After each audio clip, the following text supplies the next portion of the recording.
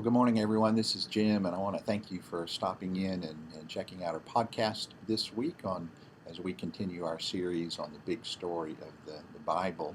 And today we're in the section again that we are calling Manifesto. And John Hewlett is preaching for us today, and we find our text in the book of Philemon, which is a little one-chapter book at the back of the Bible there, and he uses verses 8 through 18 for his text today. And the theme of the sermon is that Christians forgive.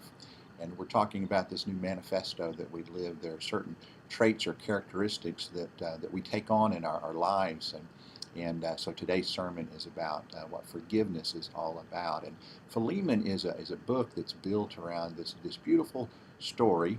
Two main characters in the book, Philemon, and then a slave of his by the name of Onesimus. And that's a hard one to say. But Onesimus is a slave that has left, and he's run away from his owner, Philemon. And John talks a little bit about the evil of slavery and how that was handled in Bible times. But Onesimus meets the Apostle Paul while he is in prison, becomes a believer, and then the Apostle Paul encourages him to go back and, in a sense, reconcile with Philemon. And so it's a beautiful story about what forgiveness is all about. And so Paul writes this letter, actually, the book of Philemon, sends that back with Onesimus to Philemon with this idea that he is asking him to forgive, not out of duty, but out of love. And so John talks with us about the fact that that's a trait that all of us should have in our lives, that Christians